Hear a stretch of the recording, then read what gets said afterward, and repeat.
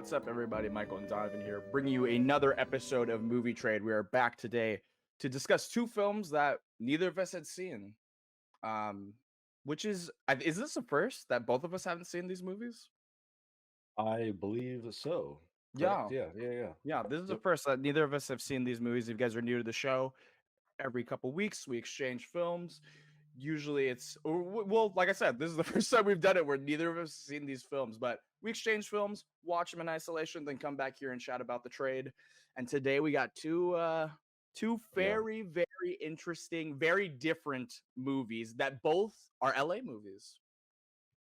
True. I didn't even think of that. We've done it again, accidentally Yep. having a theme or a parallel between Hmm. films unintentionally.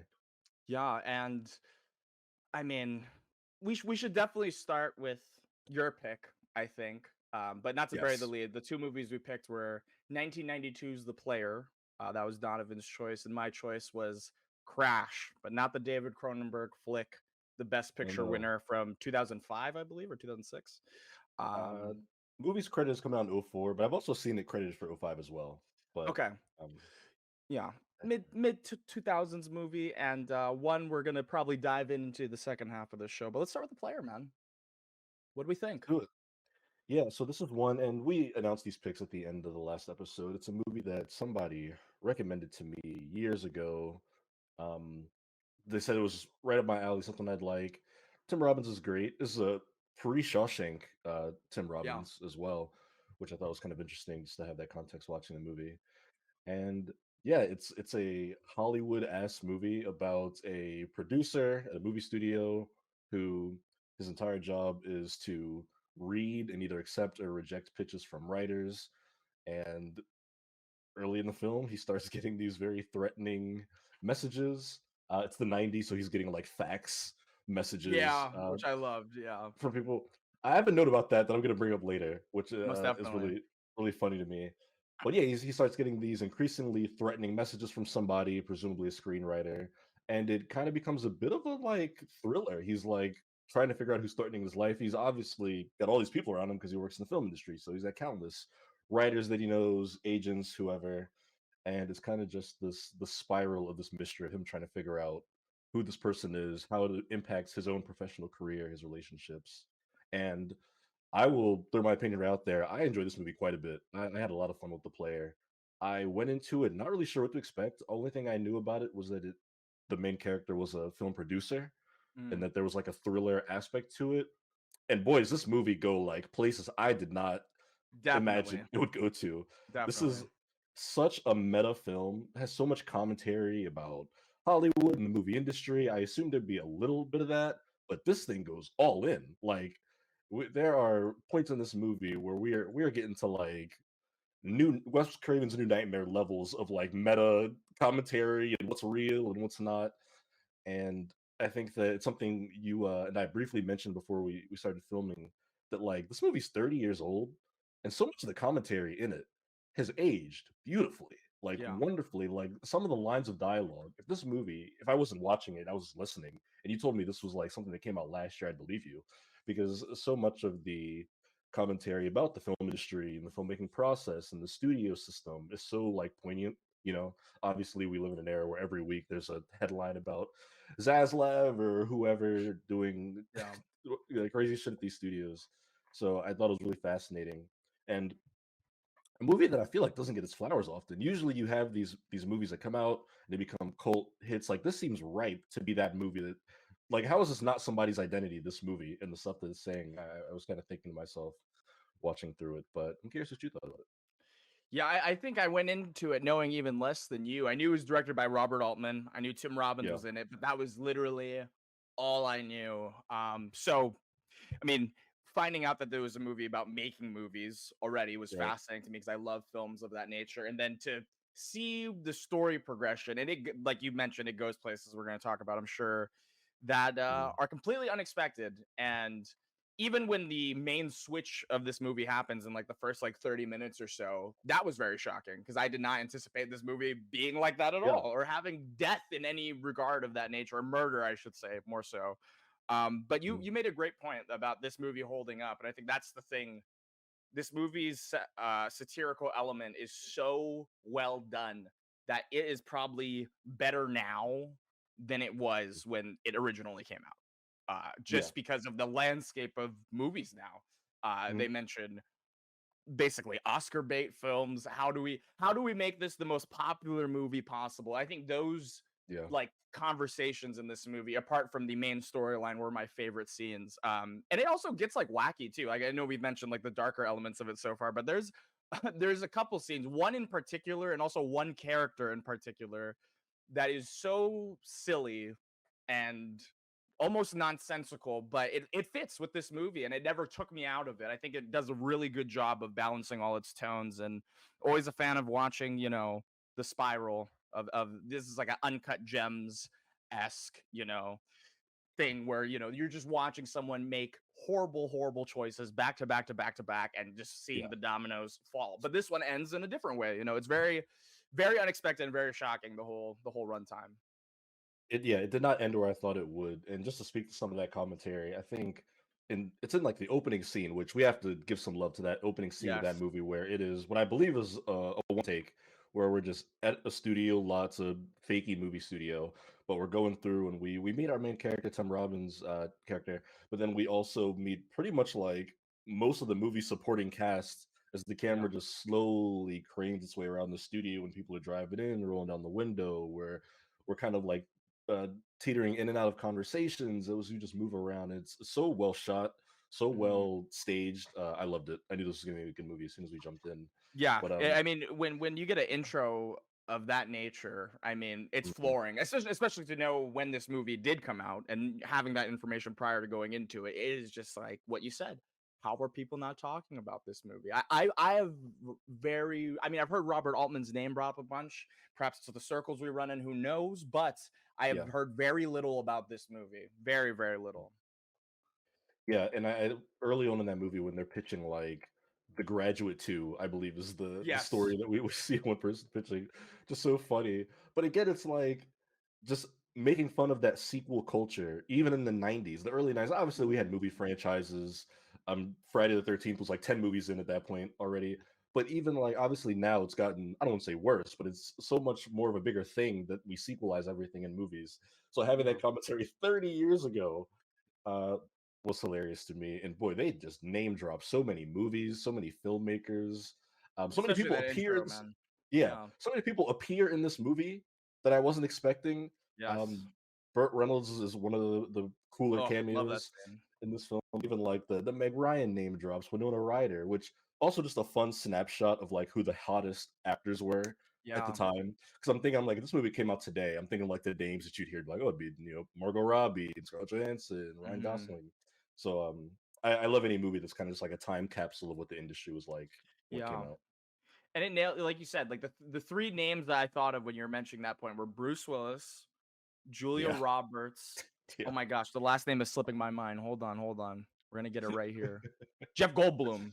Jeff yes, Goldblum. yes, All yes, three yes. of them were very very established in the late 80s and 90s, and Mhm. here they were, and not and they're small cameos. Sure, they're maybe on screen for like 1 or 2 minutes, but it feels like you're watching like a season of Entourage or something with how many people are Mhm. actually playing themselves in this. Yeah, I love that. Whenever we can bring people in to play those kind of roles, but also not make it gimmicky. Like it's so easy to get into like garbage spoof comedy territory when you've got people playing themselves and these heightened Yeah. personalities, but it all works. It feels real. It's so well done. Even like the gala scene where we've got like Cher walking the red carpet Yes. and whatnot. I'm like, they do such a good job at just following Hollywood, or at least the way we perceive Hollywood. Hmm. Um, I also want to talk about the mystery of it all. Obviously, Yes. the both of us, we love a good whodunit. And you alluded to it earlier, but you said something happens like half an hour into this movie Yeah. that you weren't expecting. Same thing I was thinking of. Obviously, this is a spoiler, so we're going to get into all the details. Hmm. But eventually, Tim Robbins' character finds the man that he believes is the one blackmailing him, sending him these threatening messages, and confronts him at a theater at the Rialto in Yes. Pasadena, which is cool Yes. to see. Probably most famously, I think in La La Land might be the biggest movie that theater Hmm. appears in. Also in Scream 2, shout out. Shout but out. a very young Vincent D'Onofrio, who I did not recognize as Vincent D'Onofrio, so I went back and looked Yeah. at the cast. Um, yeah, he pretty much confronts this dude outside the theater. They get into it, and then he accidentally kills the dude. 30 minutes into the movie, I was like, okay, this is not what I thought I was signing up for. Then of course he has to kind of cover it up. I love that he bashes out the window of the car because his handprint was on it. He doesn't want to leave any evidence behind. And then it's just now this thing hanging over his head. And anytime someone brings it up to him, you're like, oh my god, do they know? Are they on to him? And Yeah. it's a fun little the way that mystery plays out. I thought was really fun. Yeah, I thought that was just gonna be the whole crux of the movie was their dynamic. Yeah, And that scene where they're in like the Japanese restaurant, I felt like the dialogue is so sharp, and Vincent D'Onofrio in his one big scene in this movie is killing it. And like you said, he follows him out into the parking lot and he just gets mad and he kills him, makes it look like a robbery. And Vincent D'Onofrio's girlfriend is aware of the fact that Tim Robbins was like went there looking for him. He yeah. calls his house and he has like a conversation with her about, where she's from and all that, her funny last name that no one can pronounce. And I bought into their chemistry quite a bit. I didn't initially, and Mhm. perhaps that's also because I just wasn't used to the tone of this movie initially. I couldn't really get a read on it Right. when it was Mhm. first starting up their dynamic. Shortly after he dies, he meets her again at the funeral. Tim Robbins meets her at the funeral, and that's when their relationship kind of begins to develop. And from that scene until maybe like 15, 20 minutes after, I wasn't really buying into it. But by the end, I was like, no, this makes sense for this guy at least to be doing something like this. It kind of reveals his true nature, really, like his power hungry nature through this whole thing, both in his job, in his romantic life, and everything else. I want to ask you about Tim Robbins' character specifically. I haven't even said his name yet, but his character's name is Griffin Mill. Yeah, Griffin Mill. Again, another parallel unintentionally between this and the next movie we're going to talk about is that they both follow characters that just aren't like objectively aren't good people. Aren't good people, yeah. I think Tim Robbins is definitely more redeemable than some of the people we're going to talk about later. But still, like he kills a man, and he takes this woman. Yeah, He takes his wife. I'm just he's like his that's girl. yeah. But even then though, like I think that, and maybe it's just because Tim Robbins was such a charming actor. Is a charming actor. Tim Robbins is great. But I walking away from that movie, I was like, it was like really an asshole. Like I don't even know if he deserves the ending that he gets. Oh But no, definitely. In my opinion, dude, this dude's horrible. He does not deserve the ending yeah, that he gets. Especially because he's manipulating her too. Like mm, there's a point where there's a couple points where he tries to tell her the truth, you know, and it mm, just kind of subsides, you know. He yeah, gets caught up in these moments of lust and romance, and he's just like, well, this is my life now, and I'm okay with it. And he has a girlfriend when this movie starts too. And I actually it's true. really enjoyed her character and her performance. That last scene of her when they kind of reveal everything that's going on, we'll get to it, I'm sure. But her performance in those final few minutes, I thought was magnificent. It's such a character you just want to give a hug to, and just like, I'm so sorry. You should not be a part of this world. And I'm kind of glad that her fate was getting fired by the end of this movie because now she doesn't have to deal with any of this. Hopefully, Yeah, her character doesn't realize it in the moment, but she is going to be much better off for that decision. hmm And I mentioned the Burt Reynolds cameo earlier. We had to talk about that scene. yes, Um, at I believe it's at a restaurant or outdoor area of hmm a restaurant maybe, where Burt Reynolds is seated talking to somebody, and then Tim Robbins' character like enters the frame, kind of meets greets him. They exchange some quick words, and then Tim Robbins goes to the like background of the scene to sit at a different table and speak with another character. And just like the way the movie transitions slowly from focusing on Burt Reynolds in the foreground and the conversations he's having as we just slowly shift yeah, focus to Tim Robbins in the background, and simultaneously the audio is slowly being drained out from Burt Reynolds' convo into what's happening in the back. Was such a good like cinematic technique, and it goes on for so long. Like once we're fully yes. focused on the Tim Robbins convo, Burt Reynolds is still in the foreground speaking. We don't hear anything he's saying. He's just going. Um, you don't see shots in scenes like that in movies. I think that cinematic technique was so good. Yeah, I think also just we have to just mention just overall, in my opinion, the sound design and layering of sound in this movie is so well done, and fairly unique, I'd say. Especially there's so many scenes where they're like watching a movie in like a screening Yeah. room, or there's many people talking at like a dinner table, Mhm. and the way they layer, and I would almost recommend watching this movie without subtitles, almost, because I feel like the subtitles kind of discombobulate me because there's just so Yeah. much words coming up on the screen. But if you take it off, I took it off for the second half of the movie. It's really easy to sink into how real those scenes feel. Mhm. And I think to have a movie that story plausibly could probably not happen in reality, have that sense throughout so much of it still is just something of an expert degree that I think Robert Altman nailed here. Yeah, it's definitely not something that could have to happen today. Maybe not even in the 90s, but definitely more plausible back then. Which does bring me to something I wanted to say about fax machines. It is a shame for horror movies that fax machines just became old tech and kind of became obsolete Yeah, because they are so effective at creating an atmosphere and spooking out the audience. Like they do it multiple times in this movie, but when he's like talking to somebody in a room or he's doing something he thinks he's safe, and you just hear the machine behind him yep. writing, and he And turns and you could slowly see like it little bit coming down. You're trying to read what it yeah, says. Yeah, there's like there's a suspense there, and it made me think of a movie that we've talked about in the past, Scream 3, which of this movie course, more than once made me think of Scream 3, and for good reasons. But understandable. Also, yeah. yeah, just with that fax machine, I was like, that was such a good horror device that we just don't have anymore, unless you make a movie Mhm. set a couple decades ago. But I had Yeah, that it thought is. watching it. Yeah, there's just I mean, it's great that this came out in the '90s too, because the actors that aren't playing themselves, and there's one person I'm very much so thinking of that I loved in this movie. Um, Also, were probably not the biggest this time, especially this guy I'm thinking of, Richard E. Grant, as like this up and coming like director and writer trying to sell this movie. Tim Robbins is trying to meet this mystery person out at the patio at some nice restaurant. And Richard E. Grant, like his agent or whatever, are just trying to like dog him and be like, okay, you gotta hear me out. This is the pitch. And it's this just outlandish, like a movie that sounds very similar to the movie that we're about to talk about next, honestly, and how silly it is in its idea of race relations in our justice system and whatnot.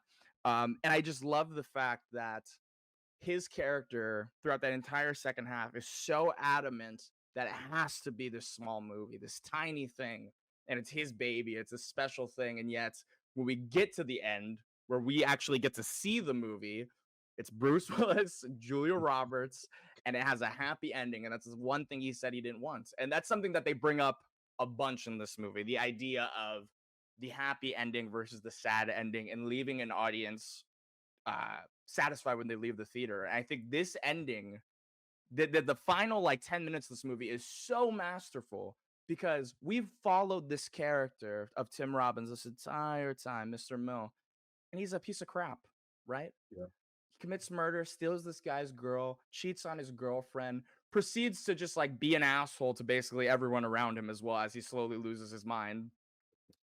And yet, when we see him by the end, he's got the life he wanted with the girl he wanted, and she's gonna have Mhm. his kid in a big old house. And he's like a big executive now, not just like some guy reading scripts and saying, "Oh, this one seems good." He is the guy, and he Yeah. has all the power. And it's this weird juxtaposition with the happy music and the bright color scheme that the movie has been devoid of for so long, and it's very unsettling. At least it unsettled me. Like that final shot did very much so unsettled me. It just felt wrong, right? It Yeah, just did not feel right. It felt like something else was supposed to happen, or there was going to be another like one final like sting or hit. I watched the credit. I mean, I usually will sit I through the was credits for also most skipping through the movies, credits. Yeah, I was like, but is there yeah, something? I was like, there has to be one more like scene here, but no, that's it. And I should we should mention that like obviously he kills Vincent D'Onofrio's character early in the movie, but like the threats keep coming. Like it's quickly revealed that that was not the guy, Yeah. so that's still like a mystery looming over this whole thing. And for me, I felt like the whole movie, I'm like, oh, this guy's gonna get what's coming to him. Like Tim Robbins is great. The Griffin Mill character is kind of getting past the redeemable phase, and I think he's gonna like die by the end of this movie. And at the end, where it seems like we're heading towards that good ending, and he's driving, he gets the phone call from the other executive, and he's like, "Oh, I got somebody Oh here. yeah. What's to pitch you?"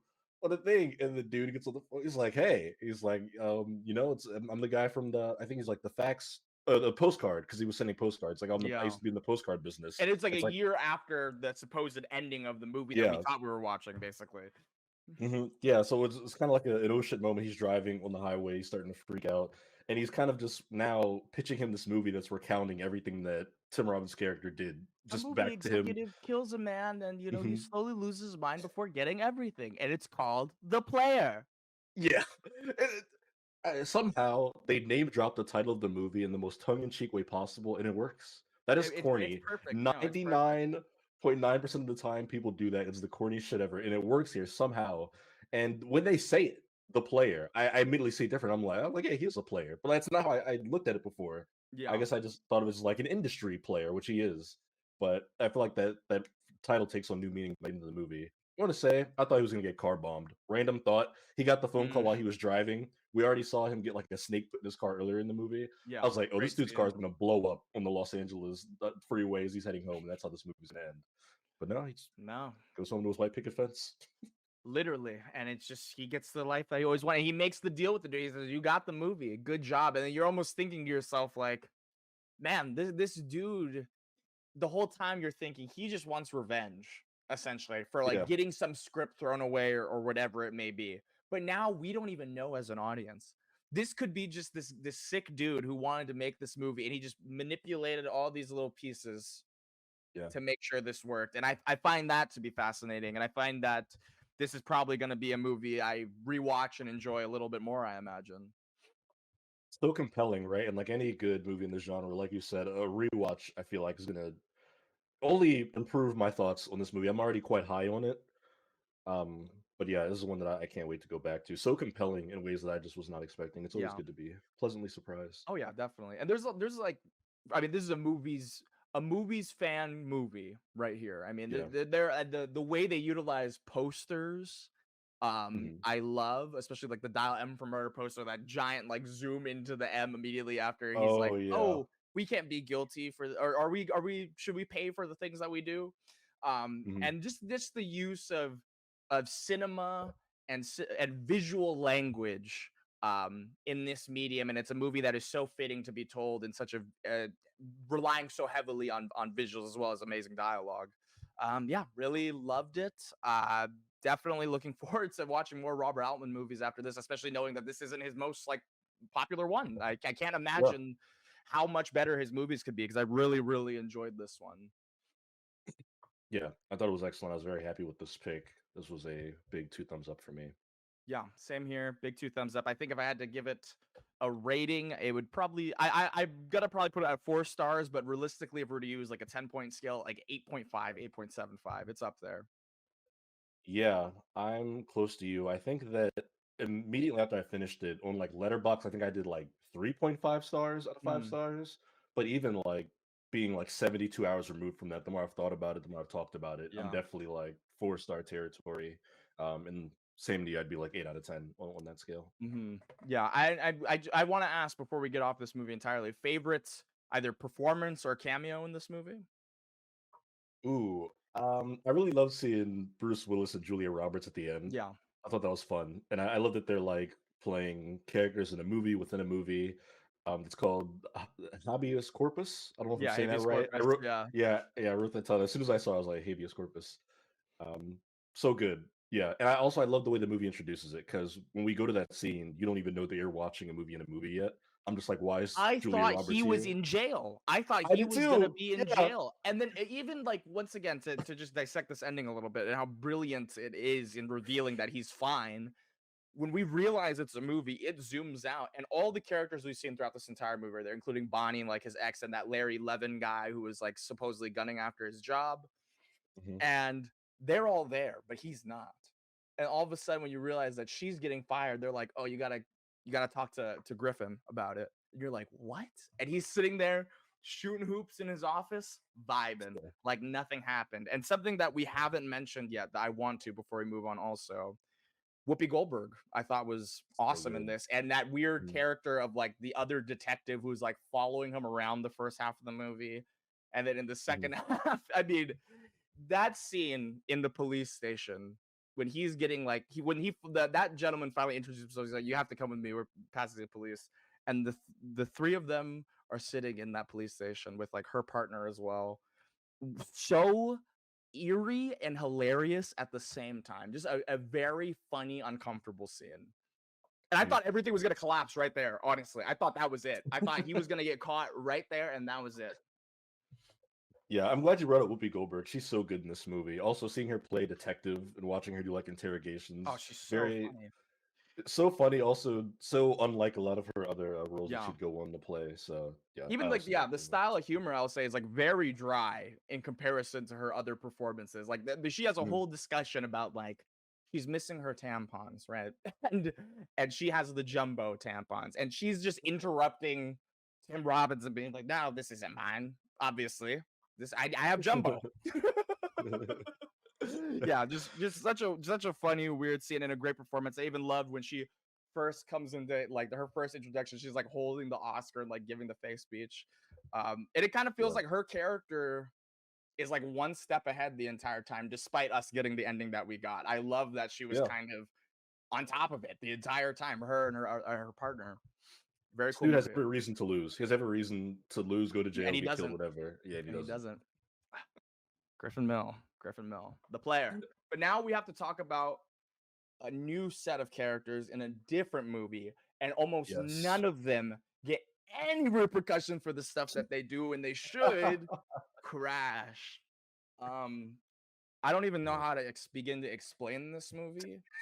It is a movie that takes place in LA. It is directed by Paul Haggis, and it is about kind of race relations in the span of like 3 or 4 days in Los Angeles leading up to Christmas. Yeah. Um, I mean, what a doozy, man. I had told you that I had only seen one clip of it on Christmas. Is the one of my favorite scenes now where Sandra Bullock falls down the stairs. I think it's so fucking hilarious. Scene. Okay. Um, so yeah, that was like literally my only exposure to this movie, and hearing that it was obviously not good and that it beat Yeah. Brokeback Mountain at the Oscars, which after seeing it is shocking, entirely shocking. But Yeah. I'd love to know because you had seen this before I had, so please share your history with Crash. Yeah, so Crash is a movie that I watched roughly 8 years ago for a college English class. Wasn't even a film class. I forget why I watched it. I believe we were just doing media examination, and we were just allowed to pick a movie or something like that. Again, not don't can't recall why I landed on Crash, but I watched it for that class back then. I even wrote an essay about this movie that I do have here with us today, unfortunately. And I say unfortunately because the essay I wrote was about one of the film's main characters, John Ryan, who's played by Matt Dillon, who is a cop. Does a lot of very racist things in this movie. And my Oh. essay pretty much seeks to answer the question whether or not he's really racist. Now, I I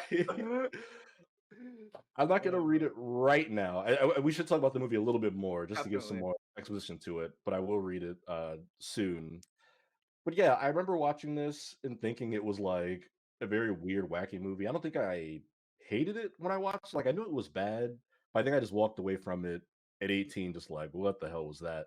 Hmm. And I wrote my essay and got my grade and didn't really think about it again. And I know it's got that infamy of being like the worst Oscar movie ever. Yeah. And coming back to it, I really only remembered one or two scenes from this film. So a lot of it was fresh to me all over again. And boy, it's not good. This is not a good movie. I'm not about to like I'm not about to shock the world with some massive unpopular opinion. I think from the opening narration, as we're fading in from black, Dare I like say the opening is one of the worst parts of this movie? yeah, we are on a bad foot with Don Cheadle giving his monologue about LA. Nobody Oh. touches you. We yearn for that touch. That's why we crash into each other. And he's in the fender bender, and it's the movie starts off on a bad foot. And for me, it doesn't really ever pick up. There are a couple scenes that I think are decent in this movie. Hmm. It's Yeah. not just like it's not the worst movie I've ever seen. I've seen way worse movies, but I think for the caliber of film it is, for the accolades it has, for the people in it, for the people who True. made it, Yeah, it's definitely. like uh, impressive how bad this movie is. And Yeah. I know the discussion is like this one best picture over Brokeback Mountain, this one best original screenplay, which the script is the worst thing I about think this I whole think the movie. script is the worst thing about this movie, truly. The Oh direction man. is solid, the acting is pretty good for the most part, but the script is oftentimes horrible.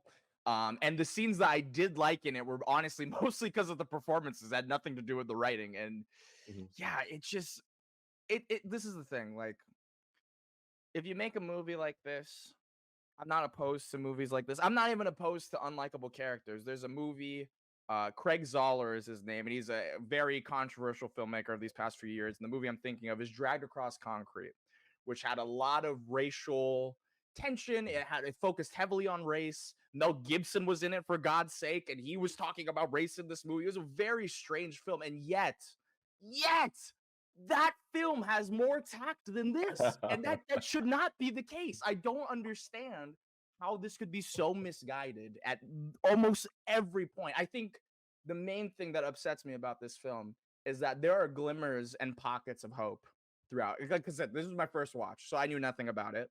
Mhm. And there are moments that are really, really strong and that feel like they're going to lead somewhere for any character, any one singular character, any one.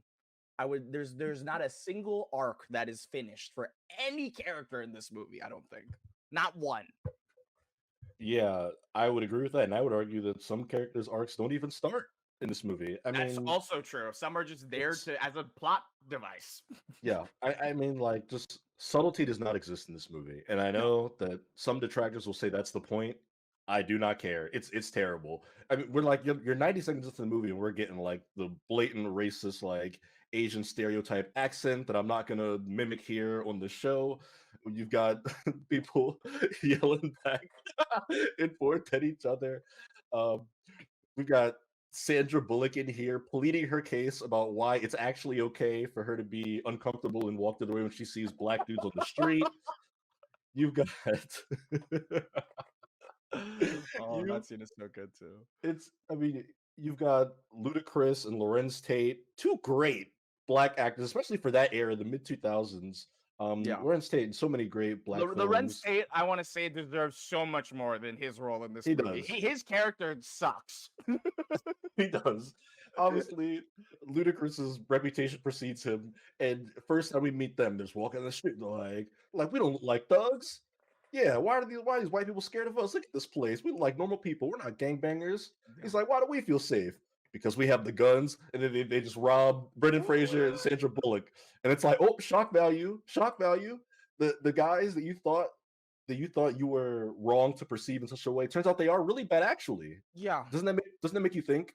Doesn't it make you think when your stereotypes are confirmed and your bias is confirmed? Oh Doesn't that no, make you what's think better is deeply? that you feel bad for Sandra Bullock. You're like, oh no, she got robbed. And within 2 seconds of her getting home, Michael Pena is changing her lock, and she's like, I don't want his gangbanger homies coming over tomorrow and Yeah, breaking in.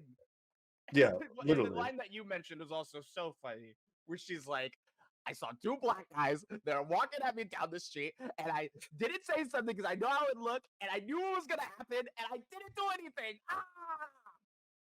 Yeah, and it's just like, what is this scene trying to convey? Is was my question, right? Because obviously, Yeah, literally, yeah. I get the subversiveness of like, oh, you think Ludacris and Lorenz Tate are just chill? I'm like, oh no, they are gangbangers. Okay, they are like thieves and crooks and whatnot. Mhm. But like, what is it feels like the whole message is that like, oh, these people you think are good can actually be bad sometimes. And these people that you think are bad, sometimes they're good.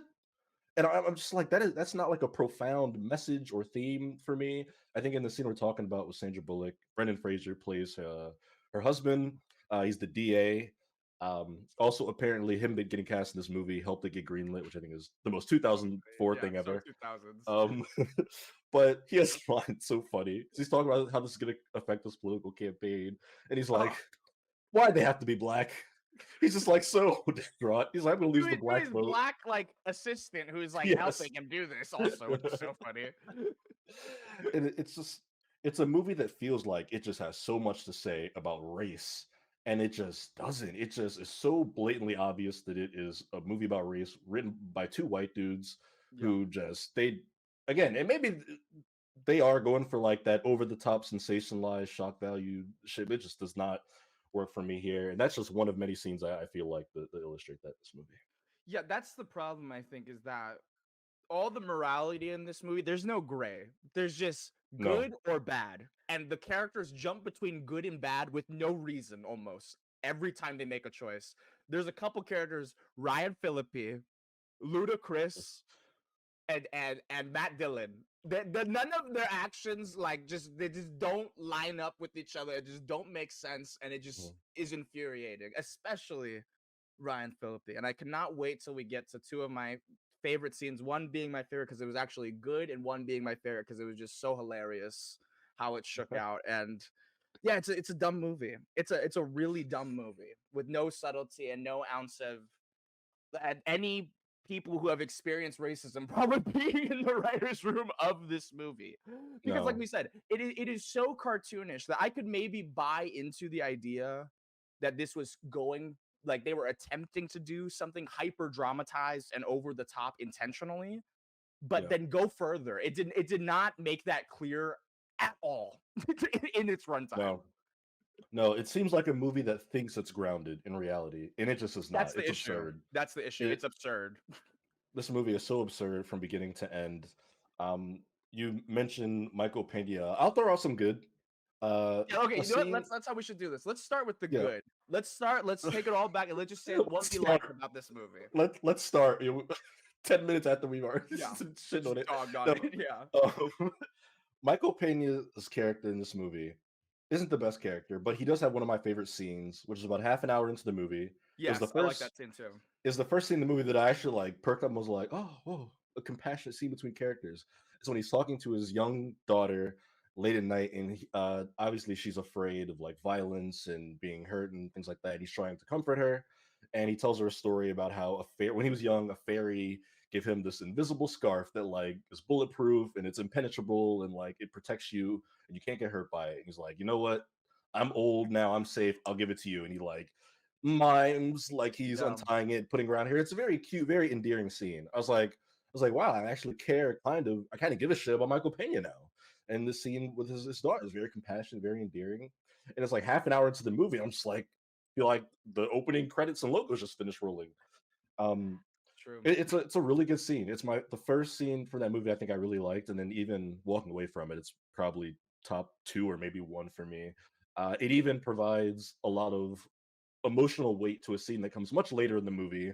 A scene that's not as good as this one, but probably would Oh have been man. worse if it didn't have the context of the scene behind it, at least. Okay, yeah. To touch on the scene you're talking about, I also really enjoyed that scene. And I know we were gonna talk about the positive, we're gonna keep doing that while we can, but I do have to mention back to my previous point where I said that occasionally in this movie you get a great sequence that sets up something, and you're like, okay, let's see where this goes. And even during the payoff scene, the first half of that scene, I was like, all right, and it just goes so off the rails in this movie's fashion and just completely crashes and burns into a wall of obviousness that is just egregious to me. But yeah, positive. I mean, Michael Pena, I think he was great in this. I want to give huge props to Terrence Howard. I think he gave my favorite performance in this movie. And I would honestly, if he was like the only award talk about this movie, I would not be mad at it. I'd be like, dude, Terrence Howard was great in it. I liked him. He honestly, that storyline to me could have been its own movie. That whole dynamic. And I think Terrence Howard and Tanoe Newton, that scene where they get back from Matt Dillon and Ryan Phillippe pulling them over, he assaults her, sexually assaults her, harasses them when they've done literally nothing wrong. Um, Mhm. and they come home and they have the discussion about like, oh, you're not more black than I am and all this. And in a better writer's hands, that scene and that idea and their storyline could be Mhm. excellent. And it's another thing where it's like, man, this is like a glimmer of something almost good here, and it just doesn't fully transpire. But I think she's great in this too. Matt Dillon obviously is like the most unlikable character in this movie, and he does a Yeah. phenomenal job of being the villain. But he's also given like some of the worst dialogue just because of how over the top he has to be in his villain role.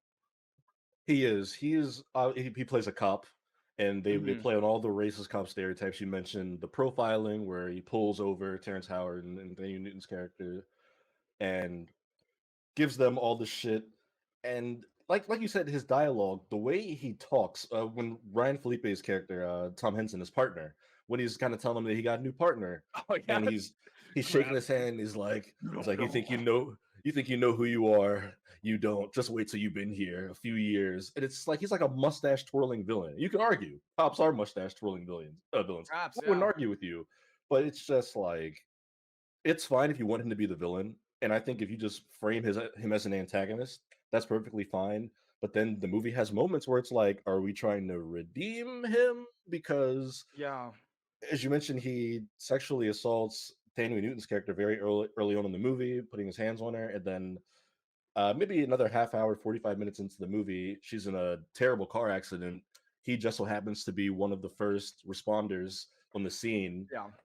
doesn't know it's her. Car's flipped upside down. He's crawling in there to see who's in there and help them. She sees him, freaks out. They have this very tense back and forth of her pretty much screaming, "Get away! Don't touch me! Yeah. Well Anybody else, acted not scene on you." both of their fronts too. Yeah, Very much and so. Well shot yeah, scene. Probably the best directed scene in this movie, maybe. yeah, I wouldn't disagree with that. Yeah, and then he's just kind of like, "Woman, let me help you," blah blah blah, and eventually, after a drawn out back and forth, he saves her in the nick of time from an explosion, saves her life, and it's great. But then it's like, again, what is the message that is there? So like, did he just save the life of this woman that he assaulted earlier in the film? And it's just like, a bad guy did a good thing. Makes Yeah. you think. And it's just like that is the most shallow, surface level subtext that has ever been written, and I don't know. Yeah. And I I'm think not the for it. main problem with that sequence and the way it ends up is that we don't see them ever again, essentially. Either of them. We see No. Thandwi Newton, I think, one more time. We hear her on the phone, and Matt Dillon's next two scenes in the movie, there's no dialogue.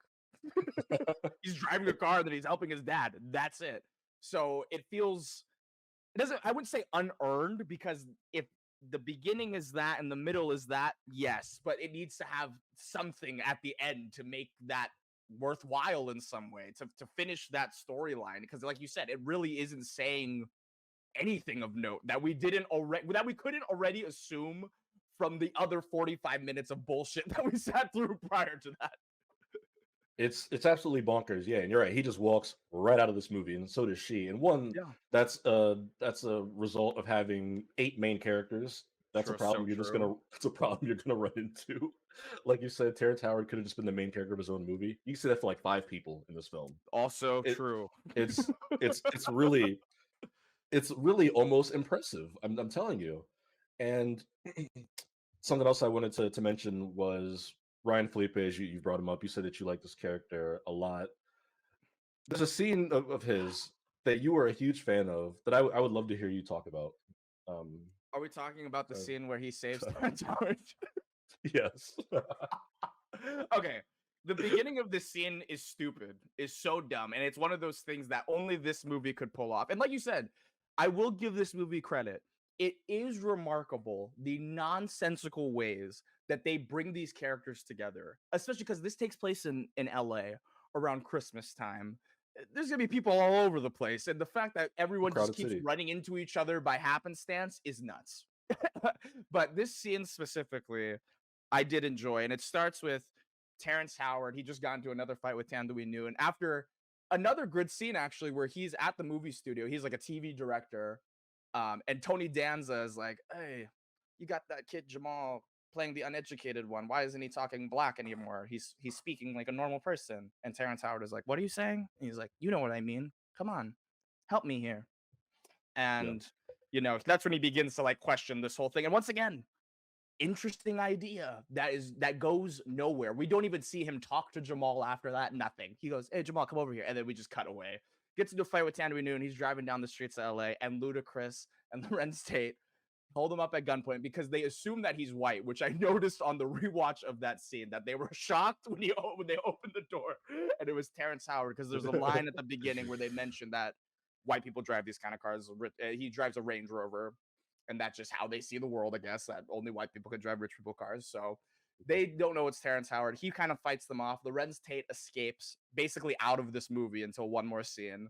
And Ludacris and him are fighting over the gun in this car, which is the last bad thing I'm going to say about this scene. Why the hell are either of them wanting to be in that car with each other at this point.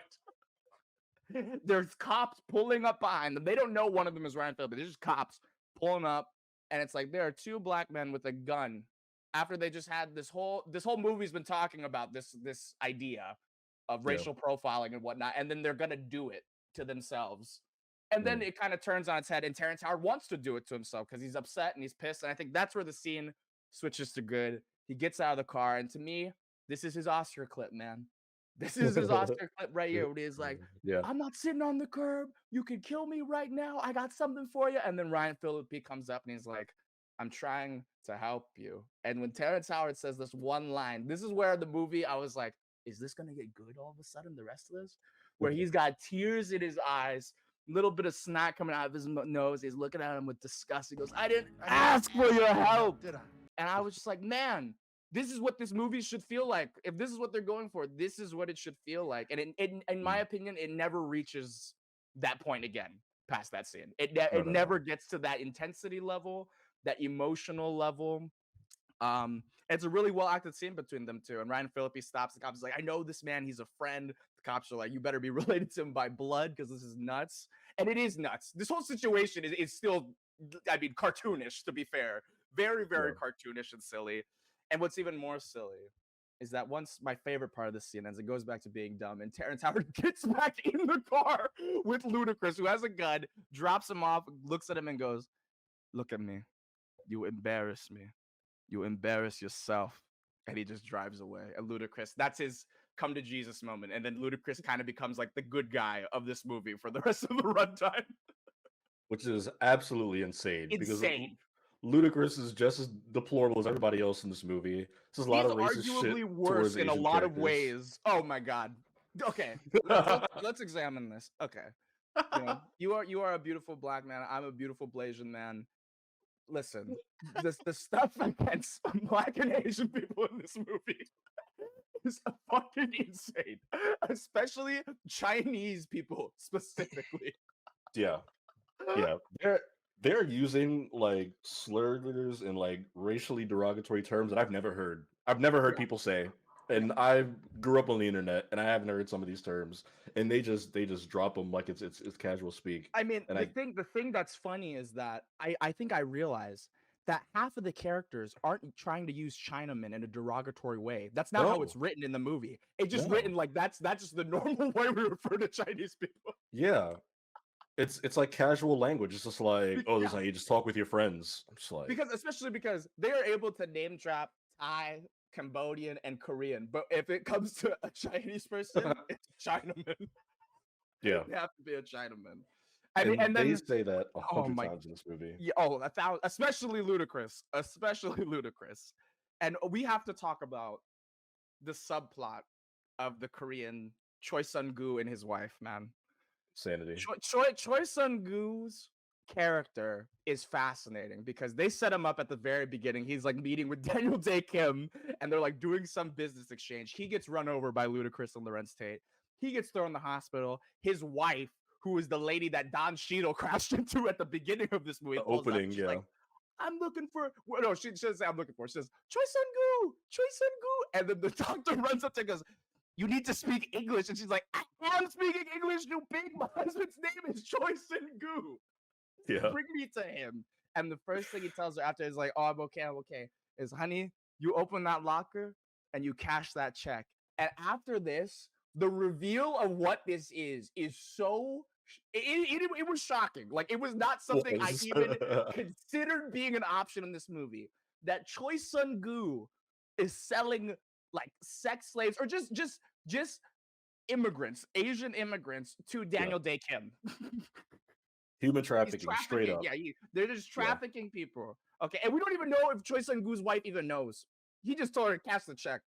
You know? Yeah. Yeah, he's like, cash that check as fast as you can. And it's like, that's ominous. And yeah, we get the reveal, the truck that Ludacris is driving in the back, that there's just a bunch of Asian immigrants that are there against their own will. And the dude's telling Ludacris, like, yeah, I think I'm gonna sell them like 500 a pop, you know, unless you want one, blah, blah. Just going back and forth. Are they in Chinatown at this point? No, not when yet. I they're don't doing think this? so. Okay. They don't show where There's, the auto shop is, to be fair, but yeah, they're in like an auto okay. shop somewhere that we've seen a couple times. And then Mhm. Ludacris, because he had his come to Jesus moment with Terrence Howard, is like, oh my God, I don't want to let these people get trafficked. What do I do? They're Asian. What do I do? What do I do? And then he just drops them off in Chinatown, which is the ending of this movie, which is the actual ending of this movie, is that he drops them off in Chinatown, and then he gives one of them $40. He says, "Go buy some chop suey." Dopey fucking Chinaman gets in the car, does a cute little smile, and that's basically how the movie ends. Yeah, hit the music, zoom out. There's another car crash that happens on that street. With Shaniqua More. Johnson, who we haven't even mentioned. Oh yeah, yeah, Shaniqua Johnson. Guys, guess what race Shaniqua Johnson is? Three, yeah. 2, 1. She's black. This is a black woman that they gave the most stereotypical black name to, which again is obviously a choice, right? Yeah. But it just speaks to the surface level writing in this movie. And I should mention Shaniqua Johnson, played by the legendary Loretta Devine, who's great in everything She's she great in the does. movie too. No knock on Yeah, her. with the work they give her. But yeah, there's a scene with her earlier before we see her at the end of this movie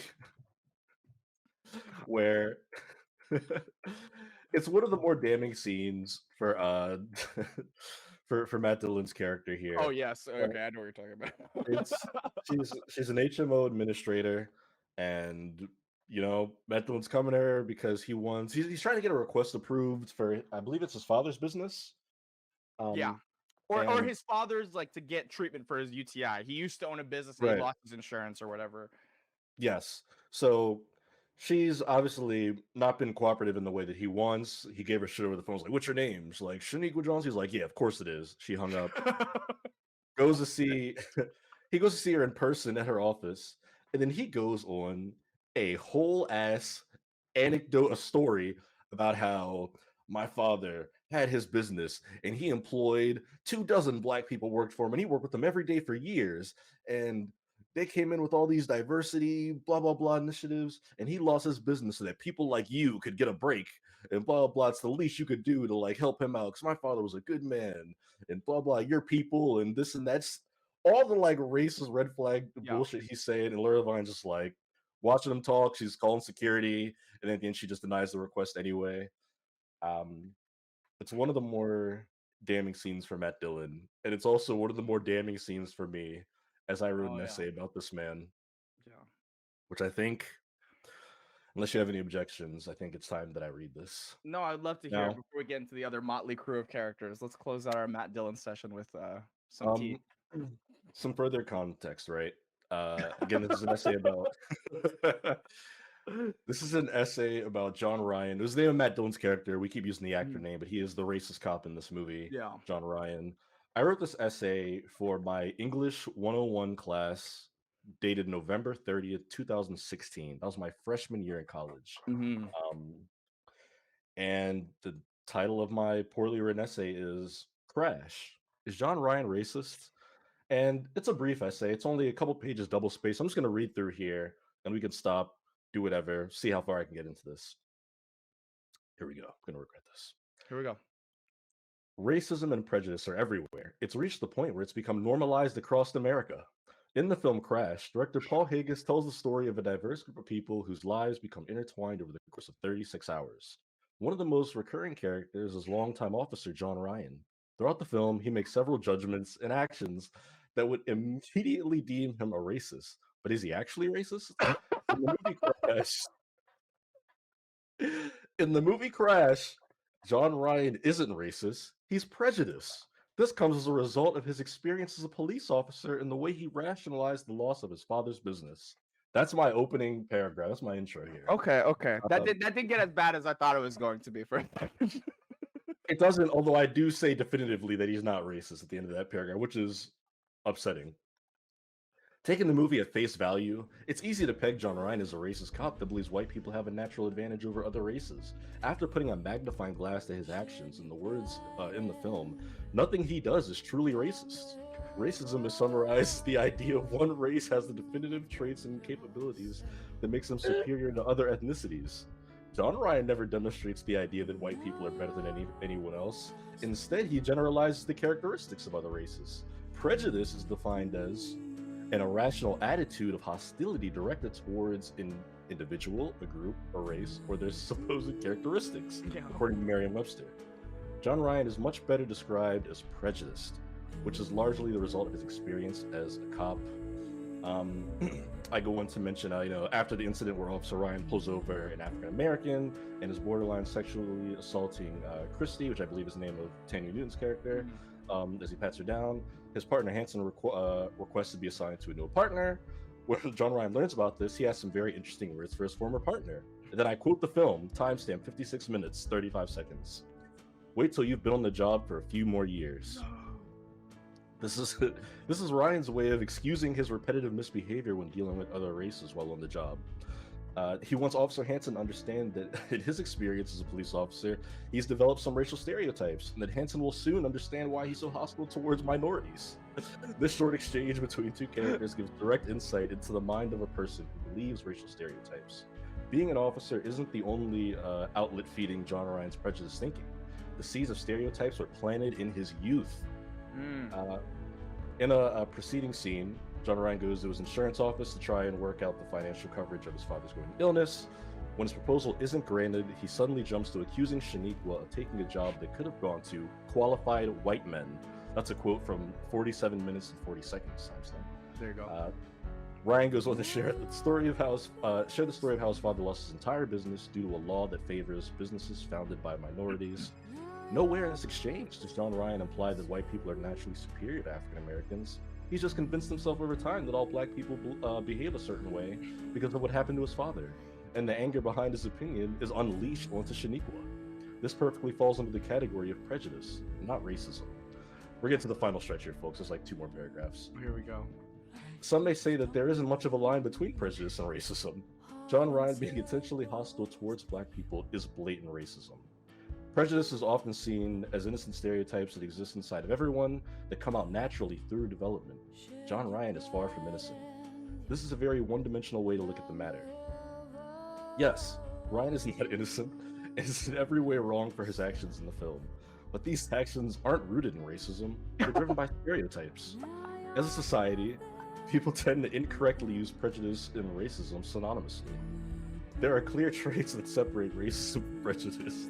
There isn't a single line in the movie in which Officer Ryan exemplifies the definition of racism stated earlier. This is the conclusion. All in all, John Ryan is a complex character that challenges the assumption of what racism looks like. Just looking at the surface of the film, the audience easily writes him off as another racist white cop. After further analyzation, he's actually a character who's developed some hard stereotypes after years of being manipulated by his own perceptions of the events around him. Officer Ryan is a disrespectful, inconsiderate, and sexist character, but he's not racist. Donovan Erskine, 2016. And that's it, ladies and gentlemen. He's not racist. Now, of course, let me immediately follow up that by saying that I do not stand by my words in that essay. I don't agree with what I said 8 years ago. I feel like John Ryan is very blatantly racist. Definitely racist in this movie. Absolutely racist. For the discussion. In my defense, which you would argue I don't deserve. In my defense, that was my first semester of college. I was just trying to have like a hot, punchy take on the movie. That is a hot take. Yes, knowing that everyone who chose to write an essay about this movie, because I think we had options, was going to say the same thing of like, oh, this movie's about this racist guy. That I thought I was like, I'll take the devil's advocate approach. That's how I'm rationalizing this in my head. Not bad line of thinking. Let it be known that John Ryan is very racist. He's very racist. And the prejudice and racism do go hand in hand more often than not. So there you go. And I think that's going to be perfectly exemplified by a character now we've mentioned, Tom Hansen, Ryan Phillippe. And this is now going to get into one of my biggest issues with this whole movie. Okay. And characters' actions in general in this movie. Okay. Ryan Phillippe, when we first see him, it's during that scene where Matt Dillon's assaulting Tandui Newton, harassing Terrence Howard. The next day, he goes to Keith David's office. A scene I really enjoyed. A scene in isolation that is in a different movie, that would be great. Where he's like, I want a partner exchange. I need to switch partners now. And then Keith David's like, you want to switch because you're racist. And you're going to say that I had a racist under my watch for 15 years. And I'm in a racist organization. I worked hard to get here. But, throw away our careers. Or you could say that you pass gas too much. And that's why you have to be alone. So Yeah. Ryan Phillippe, he takes the high road. He's like, you know what? I pass gas too much. I'll be alone. Saves Terrence Howard, like we mentioned. And the shot selection in this scene and leading up to this scene is great. We see Matt Dillon, second to last scene, like driving down the street. We see Lorenz Tate like trying to hitchhike.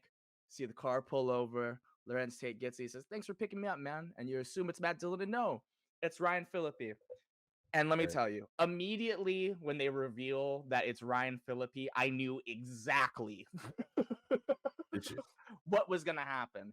How it happens, could not have anticipated that at all. Because we've seen this guy, Tom Hansen, in several very tense scenarios up to this point where he's managed to keep his cool, be sensitive to the situation. Heck, he even helped a black man, He helped he saved that black man's life. The beautiful Terrence Howard. He saved him. And yet Lorenz Tate gets in the car, he's got some country music on in the car. Lorenz Tate has a laugh. He goes, "I wrote a country song myself yesterday," which was a scene earlier, horrible scene between him and Ludacris talking about what is more racist, country music or rap music. And that scene sucks. That scene sucks. So he mentions like, "Oh, I wrote a country song yesterday." And Ryan Phillippe is getting like mildly as he's like, "Oh, I'm sure you did. Okay." And Lorenz Tate sees that Ryan Phillippe has like this little like car totem, right? And we've seen Lorenz Tate have this totem multiple times throughout this movie. So he has a little bit of a laugh to himself. He's like, "Oh, haha, that's funny." And Ryan Phillippe's like, "What's so funny, man?"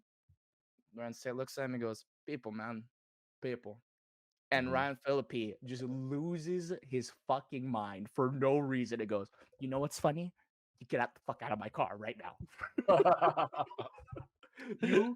I'm pulling over and you get out of my car. And Lorenz says like, "I'm not making fun of you." And he's like, "I'm not asking you to get the fuck out of my car, but get the fuck out of my car."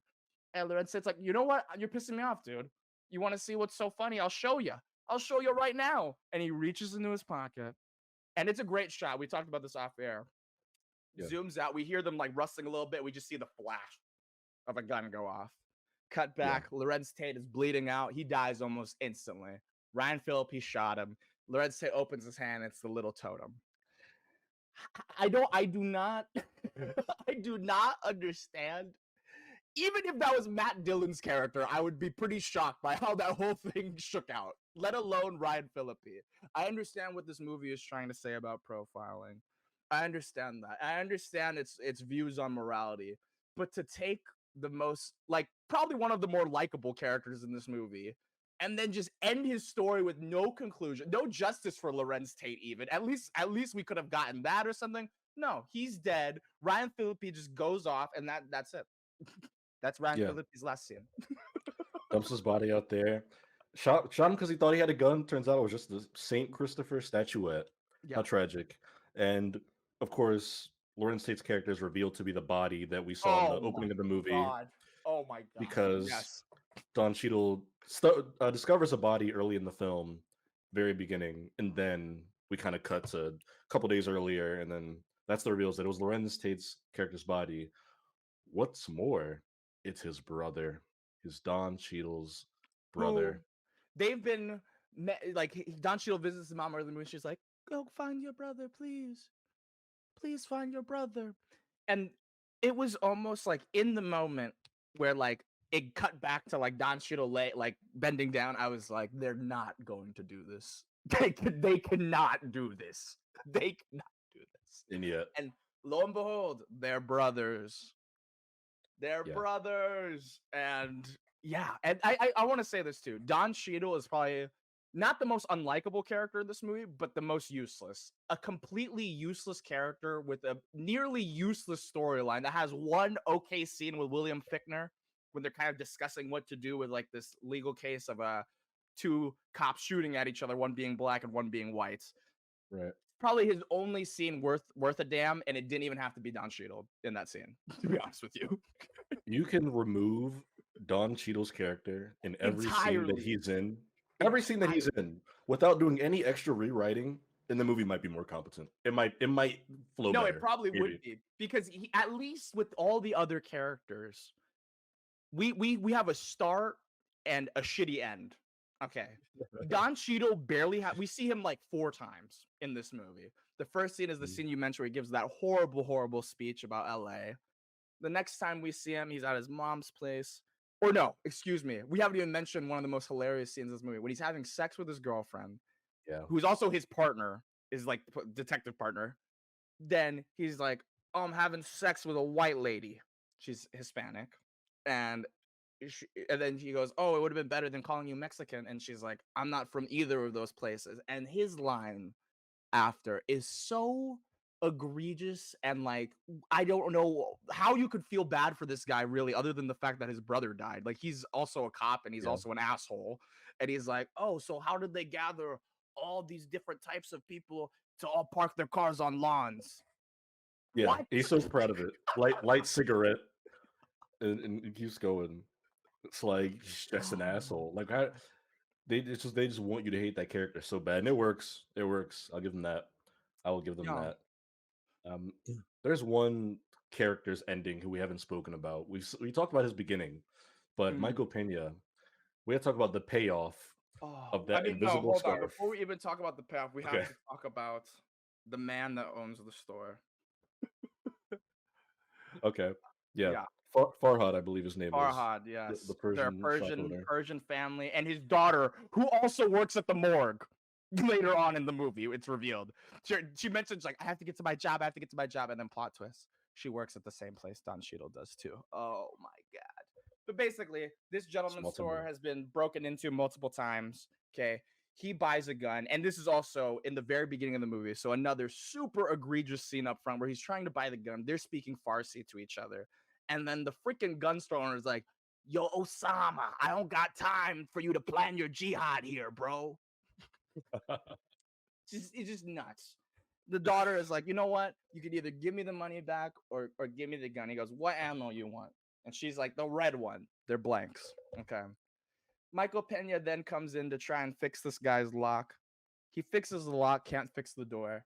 The guy, Michael Pena comes out, he goes, "Yo, man, I fixed the lock, but I can't fix the door." And this is one of those scenes that the escalation of emotion, just like the Ryan Phillippe scene, just makes no sense at all. And like how we get from point A to B makes no sense. Where he's telling him, "Sir, I fixed the lock, the door doesn't work." And he goes, "Oh, so you're trying to steal from me now?" And he goes, "No, you just need to get another door. I don't sell doors." He's like, "So you're gonna get a friend to come and get here and sell me a door?" And then Michael Pena is still nice. He's like, "Dude, listen, I'll charge you for the lock, not the hours I'm here." And he goes, "No, fuck you. Fix my lock. You fix my lock now. You do it now." And Michael Pena's like, "Fuck this. I don't need this." He leaves. Farhad's store gets broken into again. He gets the gun. He's like, "I gotta find Michael Pena." And please, I would love it if you took a hold here of this scene that could have almost been amazing, maybe.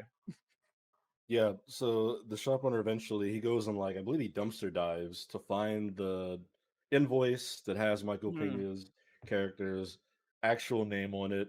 Daniel Ruiz. He's like bet uses that to find where the dude lives. Pulls up to his house right as his daughter's getting home from school. We see mother and daughter embrace each other on the lawn. They go inside. Um, and then Farhad's like, "This is my moment." He gets out that car and strolls over to that house with that gun from the store after his store got completely ransacked. And I believe Michael Pena sees him, goes over to him, and once Farhad pulls the gun, we see like his daughter inside is watching. Yeah, And this is like the part of the scene that I actually felt something during is when like definitely. No, his definitely. daughter is realizing the severity of like what's happening. And she's like, he doesn't have the scarf, like I gotta give it to him. And of course Michael Pena is like pleading for his life. He's like trying to, you know, Yeah. diffuse the situation. He's like, look, man, please chill. Like, I got my family inside. Like, I give you, come on. And Farage is yelling, like, give me my effing money, give me my money, give me my money. And eventually, daughter runs outside, jumps desperately into Michael Pena's arms. Boom! Gun goes off.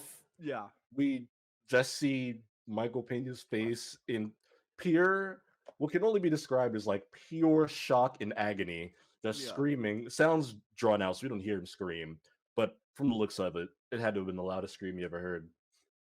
And for a few seconds there, obviously the mom at this point has chased daughter out onto lawn. Yeah.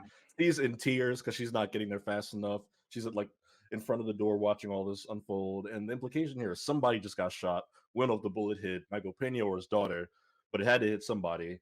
And then there's a couple beats. We see like the shop owner's reaction. He's just kind of standing there holding the gun. And Michael Pena kind of like comes back down to earth, and we're like, okay, well, he's fine. It's like, oh shit. So he like pulls his daughter's shirt up, checks her. Yeah. No bullet wound on this side, none on this side. Nobody got shot because the gun had blank cartridges in it, which I know people have said that he shot somebody with blanks from that close. I mean, There, she's standing right in front of them. there, it probably wouldn't, maybe not have killed them, but there would have been some damage. Someone would have been hurt pretty bad. Yeah, at least. Yeah, At least. because of how blanks work, yeah, whatever, movie logic. And if any movie is not going to adhere to logic, it's this one. Yeah, definitely. And then of course daughter's like, it worked, Daddy. Scarf, it worked. And then Michael Penny's able to kind of just pick her up, go inside. Shop owner has He kind of doesn't like call the cops though. He does not call the cops at any point. no, he doesn't. He's just like, and a good day to you too, sir. Just goes inside. Yeah, literally. And yeah, the shop owner has that realization where he's like, holy shit, I am unhinged. I can't believe I just did that. Yeah. And then of course he tells his daughter, like, I tried to shoot a little girl, blah blah blah. And But she's my angel. She's my angel, honey. Don't you understand? Yeah, I like that scene literally until the gunshot, bro. I think Paul Haggis, and I just watched another movie, his next 3 days. The way this guy utilizes score and soundtracks, not that the songs are bad, not that the score is bad, it's just the moments he chooses to really bring them to the forefront, I think are so misguided, especially in this movie when it's literally the second the gun goes off, we cut to Michael Pena and he's like, ah!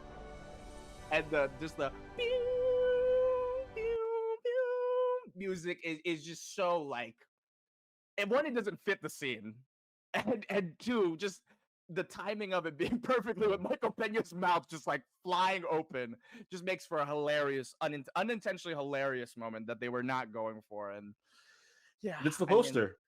The shot of him holding his daughter and screaming. Yeah, is the poster for this film. Yeah, so that whole interaction I thought had a lot of good build-up, good foundation, but climax there definitely leaves a lot to be desired. I like a lot of this movie. Yeah, I mean, I do want to give one more scene that I like legitimately, unironically enjoyed and thought was good, or two, I should say. One being when, I guess it's one of Don Cheadle's probably only good scene as well. Don Cheadle, when they find Lorenz Tate's body, he brings his mom to the morgue and they see him, she's crying, and then Farhad's daughter like comes out and she like makes a call, and what the mom says to him I thought was quite haunting. He was like, he did come home. The last thing he did was buy me groceries, and I never saw him. I thought that just in isolation was just great line. What this movie was going for. What Paul Haggis was going for is that one line right there, and the duality of people, and this just gray of morality that we're not aware of sometimes, and seeing people from the outside only. Yeah, very well done. And I even liked the montage. I guess it's his one good use of the soundtrack as well. The montage at the end when Ryan Phillippe is burning the car, and we kind of get a closing shot of basically like every character in this movie. I thought was quite good until that culminates in the ludicrous Chinatown scene that we mentioned. What a way to end the movie, man. Yeah. What a way to end that movie. I mean, it doesn't shock me, but no. Much of this movie did, though. Much of this movie did. Okay, so if you had to pick both a favorite character and a favorite performance, who are we going with here? Oh boy, favorite performance. And let's also do least. Let's also do least favorite as well. I think this movie is worthy of that. It's ripe for it. That might be a little easier. Clarence Howard was great, like you mentioned. I feel like he might be your pick. So I'll say not favorite because I liked it, but convincing. I think Matt Dillon as John Ryan is that racist cop. He plays that role so well, and it's one of those roles where had I seen this movie in 2004 when it came out, it's one of those roles that like sticks with an actor. Like if you watch Oh, Matt Dillon in definitely, this movie and then you definitely. see him in something else, you're like, to hell with that guy, like screw Yeah, him. that's Because Crash. that's just how sinister he comes across in this movie, which is a testament to his acting because it's not a testament to the writing. Um, Other than that, least favorites, I did not care for Ludacris in this movie. Really, Mm, I don't think he's very good yeah. in this. Not that he had a lot to work with. None of them do. At But all, at all, at all. yeah, but everything he does annoys me in this movie. So No, that's beyond fair. I think my least favorite is Sandra Bullock. We didn't even talk about her final scene, which is she's been racist this entire time. Mostly, I mean, to black people, but oftentimes because her house staff is generally Mexican. She's very racist to Mexican people, and there's a moment where we mentioned she falls down the stairs and she calls Brendan Fraser like, no one came to help me, no one, I don't know, none of my friends helped me, they were just at home, and then her housemate comes up and he's like, okay, it's okay. And she like puts her to bed and they hug. And Sandra Bullock goes, you're the best friend I have. After we just saw her just like degrade this woman for like 90 minutes. But no, yeah, that's the moment where it's like, oh, it's okay. And that's the last we see of Sandy B. So Sandy B, both the character and the performance, the most uh, frustrating to me. Best, yeah, you were probably right to say it. Terrence Howard, I would say. Tandui Newton. Favorite character, that's a little tougher. Maybe Keith David. honestly, yeah, yeah. Honestly, I'm not The mad only at one that. that gets out of this movie with one good scene and one good scene only. No bad. Yeah. He was safe. So yeah, that's Crash. That was really fun. I love talking about that movie despite not really loving watching it. But what score are we giving Crash, bro? Um, I think this movie is really bad. On a star scale, this is 1.5 stars for me Hmm. out of 5 stars. If I was doing a 10 banger scale, I'm going like maybe like 4.5, 5 out of 10. I thought it was quite terrible. Yeah, see, it's funny because before we hopped on, I mentioned to you that I was watching Yeah. clips from it again today, and I was like, some of these scenes, like the one I mentioned specifically, Terrence Howard, that Yeah. montage, I was like, this is okay. There's some good scenes in this. So is it an okay movie? And then as we were talking about it, and as I was Uh, reminded of the rest of this movie, especially Don Cheadle and Sandra Bullock, I like this movie less than I did when we before we started recording. I think I'm somewhere around a 2 stars, 4 out of 10.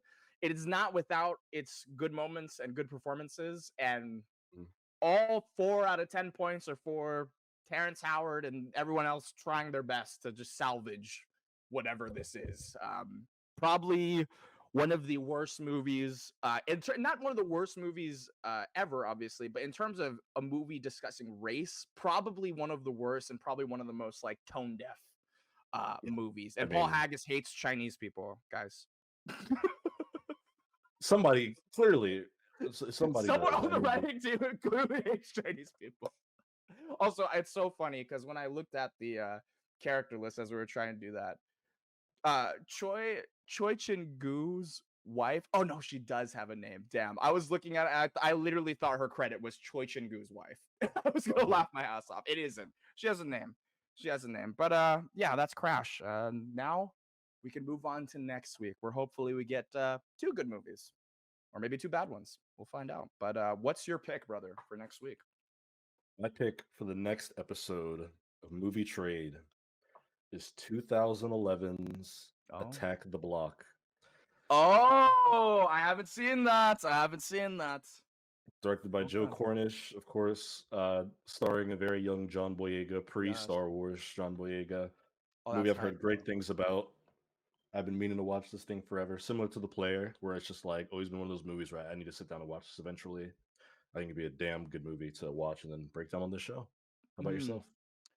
That's a great pick. I just want to say that first because that's a movie that's been on my watch list for an eternity. I just never gotten around to it. I've heard amazing things about it. I am definitely picking a smaller movie, maybe around, probably around like the same budgets.